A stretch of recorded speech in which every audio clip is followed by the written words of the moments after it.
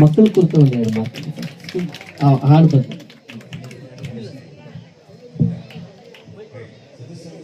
ಇದಕ್ಕಿದೆ ಮಾತಾಡೋದಕ್ಕೆ ಕರೆದಿದ್ದಾರೆ. ನಾನು ಮಾತಾಡಲ್ಲ, ನಮ್ಗೇನು ಯೋಚನೆಗಳಿದ್ರು ಕೂಡ ಹಾಡು ಬರೀತಾರೆ, ಅವ್ರು ಹಾಡ್ತಾರೆ.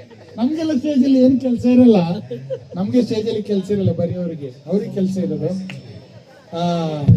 ನೀವು ಸಿನಿಮಾ ಗೀತೆಗಳೆಲ್ಲ ತುಂಬಾ ಹಾಡ್ತಿರಲ್ವಾ, ಈ ತರದ ಗೀತೆಗಳು ಕೂಡ ತುಂಬಾ ಇದಾವೆ, ಬಟ್ ಪಾಪ್ಯುಲರ್ ಆಗಲ್ಲ. ನೀವು ಇದೇ ತರ ಹಾಡ್ಬೋದು, ಬರಿಬೋದು.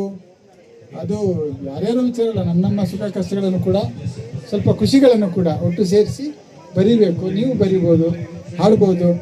ಇನ್ನಷ್ಟು ಅವರು ಸ್ಕೂಲಲ್ಲಿ ಆಡುವಂಥ ಹಾಡುಗಳನ್ನು ಕೂಡ ಹೇಳಿಕೊಡಿ. ಹಸಿರು ಹಾದಿಯಲ್ಲಿ, ಶರಣೇ ಶರಣು, ಆ ಥರದ್ದು ಕೂಡ ಇದನ್ನು ಬರ್ಕೋಬೇಕು, ರೆಕಾರ್ಡ್ ಮಾಡಬೇಕು.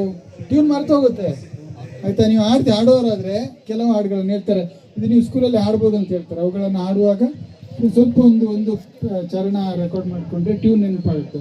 ಹಾಡಬೇಕು. ಸ್ಕೂಲ್ಗಳಲ್ಲಿ ಕೂಡ ಪ್ರಾರ್ಥನೆಗೆಲ್ಲ ಹಾಡ್ತಿರಲ್ವಾ, ಈ ಥರ ಕೆಲವು ಒಳ್ಳೆ ಹಾಡುಗಳು ಕೂಡ ಇದ್ದಾವೆ. Thank you, all the best. ಎಲ್ಲ ಚೆನ್ನಾಗಿ ಆಡ್ತಿದ್ದೀರಿ. ವರ್ಷ ಹೋಗ್ತಾ ಎಲ್ಲ ಹಾಡುಗಳನ್ನು ಗಟ್ಟಿ ಮಾಡ್ಕೊಂಡಿದ್ದೀವಿ. ಹೊಸ ಹಾಡುಗಳನ್ನು ಕೂಡ ಕಲ್ತ್ಕೊಳ್ಳಿ.